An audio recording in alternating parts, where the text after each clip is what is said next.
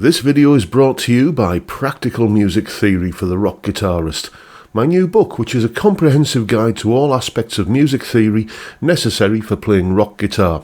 From blues to the cycle of fifths, from understanding and using modes to choosing the right notes for a melodic solo, from pentatonic scales to chord construction and keys. It's all covered in a clear and concise manner. With accompanying video demonstrations, jam tracks and tabs, you'll learn to use the knowledge you gain in accessible ways that make sense for less than the cost of a few guitar lessons. Check out the link in the description for more details.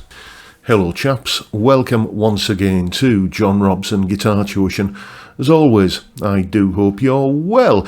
Today is Tuesday and we're doing, as is the custom in this parish, a top 5 list. A very special top 5 list because for the past few weeks I've been inviting you chaps, my wonderful audience, to send in pictures of Partscasters that you've built.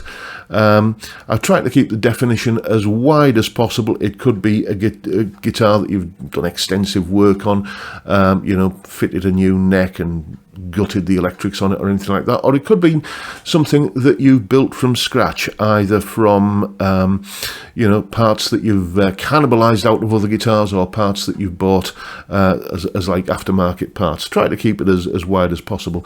And the entries have come absolutely flooding in, and I've been sifting through them, and I've come up with the final lineup that we're going to go through today. The winner will get this rather wonderful new X-Horseman pedal. So, that's a prize worth having. Great little pedal, it has to be said. And you responded in droves, it has to be said. Loads and loads of pictures of lovely guitars that you chaps have created. So let's have a look at the 5 out of all of the entries that I received that I thought were worthy of a place in this video. Let's get cracking with... In 5th place... Right, so this entry comes from a chap called Derek, and, well, before we take a look at the guitar, let's have a little bit of a look at what he said about it in his email. Hi John, this Sunburst Telly, or the Sunburst Telly rather, was my first Partscaster project. I wanted to do something special for my 60th birthday, and this was it. The body, as we'll see in a moment, is a double-bound 3-tone Sunburst affair made from Swamp Ash that he got on eBay. Neck is a Fender Player neck, also from eBay, that came with a retro Fender split post tuners, his preferred type, Tone Rider Hot Classic pickups, CTS pots, Oak Grigsby 3-way switch, Goto nickel hardware, and a weight of 3.3 kilos or 7 and a bit pounds. So let's have a look at the guitar in question. He actually sent pictures of 2 guitars. The one on the left there is also a Partscaster, but it's the one on the right here that we're talking about. What a gorgeous looking thing that is. Normally I think that Telecasters look a little bit naked without a scratch plate, but that to me just looks uber classy. Let's take another look at the body. There it is. That's just gorgeous, isn't it? I mean, yes, I'm biased. I love Telecasters, but it seems that that is a trait shared by many of the entrants to this contest. There's probably more than any other style of guitar, Telecasters have been the overwhelming majority of entries. One more look. There's the back of the body, so you can see just good old-fashioned Telecasterishness. No kind of sculpted heel joint or anything like that, and the proper through body stringing. An absolutely stunning guitar, Derek. Well done, and congratulations on completing the guitar for your 60th birthday. Well done, mate. Next. In 4th place. Okay, now we get to one of the slightly more unusual entries that I received for this little contest here. Let's have a little bit of a look at the email. It comes from a chap called Chris. And he said, hello John, several years ago I bought one of those cheap Perspex Les Paul copies, Mr. P's Les Folly, I believe. As this is a Les Paul bass, does it even qualify as a Partscaster? I think we can allow that, mate. I started by replacing things such as the pickguard, back plates and knobs with clear plastic items, and then I got a little bit carried away and decided to fit LEDs into the neck and the body. The neck required me to removed the fretboard and I replaced it with a new one. When fitting the new frets and binding, I took the opportunity to have a go at creating plastic nibs that Gibson do on so many of their guitars. How was it to play? Well, it sounded nice, but it had a strange quirk, or is that meant to be quack? I can't really see clearly from here. When the temperature increases, normal guitars tend to go a bit flat, but the coefficient of thermal expansion for Perspex acrylic is such that this guitar will go sharp quite dramatically. And then after a couple of years, several of the LEDs failed in the neck.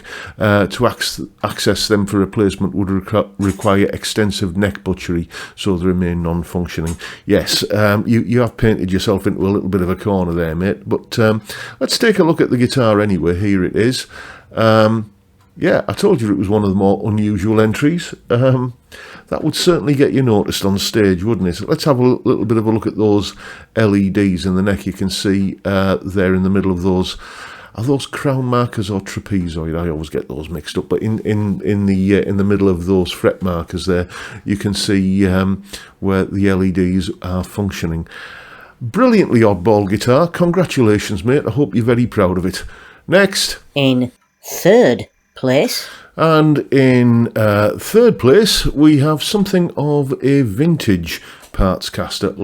It comes from a chap called Roger. Let's take a little bit of a look at what Roger has to say about this guitar.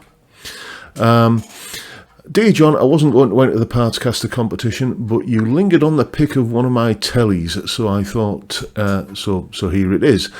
Feel free to include or ignore as you see fit. This is a 63 USA telly, basically. Bought the 63 neck and a 68 body, built it up with genuine Fender custom shop components from a parted out 62 model. The original had a maple cap neck, slim profile, spaghetti logo, Clouson Deluxe single lines. This print is very, very small for me to read here, I beg your pardon, so if I'm not reading what's on the screen, I blame my my glasses prescription. Original ferrules, one replaced, dipped string trees, flathead screws, close dots, pearloid, not clay, and the replaced parts are Fender CS62 pots.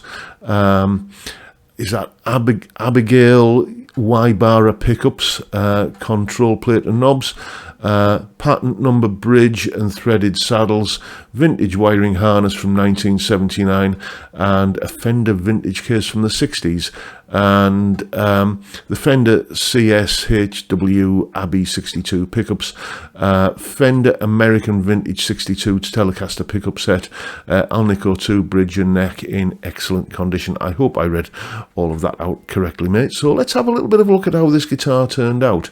There it is in its case. Yeah, it looks the part, doesn't it?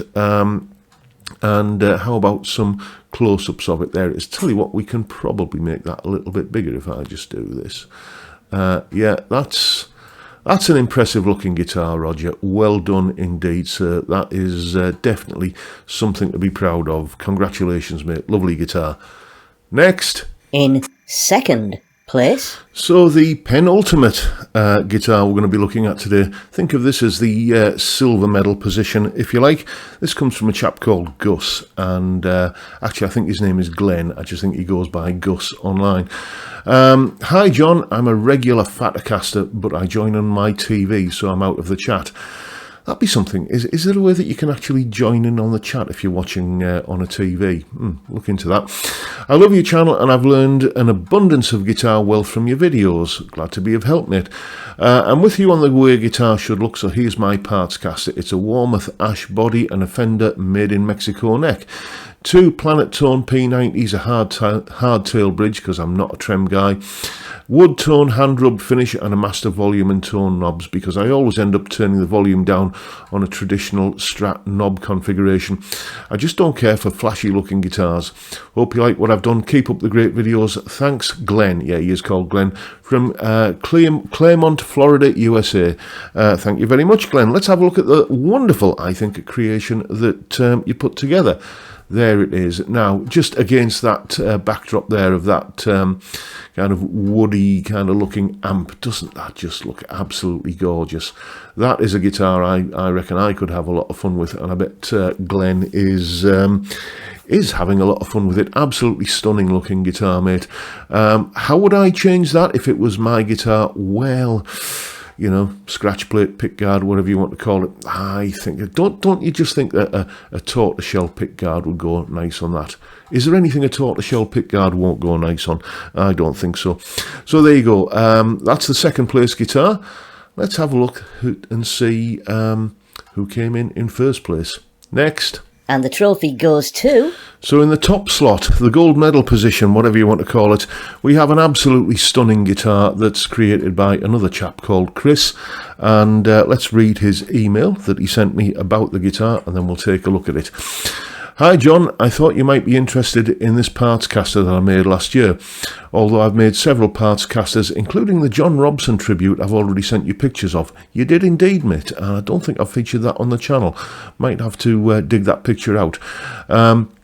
I think this is the one that I'm most proud of. The body is a two-piece mahogany with a two-piece book-matched maple top, all made from scratch by me.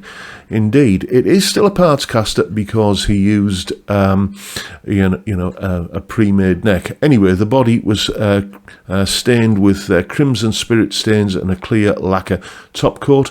The neck is a 24 fret PRS with PRS bird inlays. I bought this from AliExpress and it's not bad. I had to do a bit of sanding, fret leveling, etc. And he's fitted Goto locking tuners, a Wilkinson tremolo bridge, pickups Seymour Duncan Jazz in the neck and Seymour Duncan JB in the bridge. Both pickups are coil tap via a push-pull volume, and out of phase is produced by a much pull tone. I'm not sure, is that a push-pull tone? I think it must be typo. We all do them. So yes, let's have a look at the stunning amount of work that Chris has done for this guitar. There is, the body taking shape. The body has taken shape. Absolutely gorgeous. Just look at the wood grain on that maple top. You just know how that's going to turn out. There's the back of the body. Now let's have a look at that. A bit more carving to do there, but we get to that stunning looking finish on the top of the body. Absolutely gobsmackingly gorgeous. There's the finished guitar, and I do like the headstock design you put on there, mate. Just otter. It's, okay, so it's got the PRS shape and it's got the PRS bird inlays, but nobody's ever going to mistake that for a PRS. It's not a forgery. It's a lovingly handcrafted, beautiful looking guitar, I think. Congratulations, Chris. I've already contacted you before I started shooting this video to let you know that you were the winner of the fantastic new X-Horseman pedal, and hopefully you'll send me your postal address, and I can get that on its way to you. The rest of the entries that were sent in, thank you so much, by the way, everyone who entered this little contest. I can't tell you what fun I've had, and I wouldn't say sleepless nights, but I have had a lot of head scratching to decide which guitars made the final cut for this video. Thank you so much, everyone, for entering. What I'm going to do with those remaining, with those other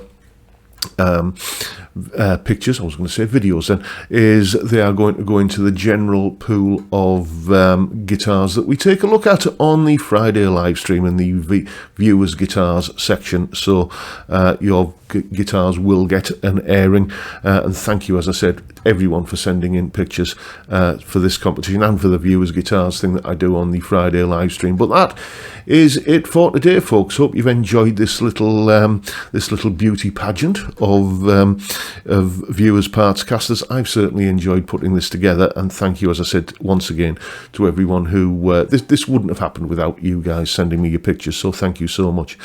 But that's it for today. If you've enjoyed the video, please hit the subscribe button and the notification bell if you haven't already done so, and why not drop me a like as well while you're at it. And as I said, we have a live stream every Friday, 5 PM UK time. We drink beer and talk about music and guitars and look at pictures of the guitars that you send in. It's a great way to kick off the weekend, and I'd love to see you there if you can make it. But for now, I'll bid you all a good day and say thank you so much for watching. Thank you for your time. Look after yourselves, folks. Stay well, stay safe, and above all, stay sane. Bye for now.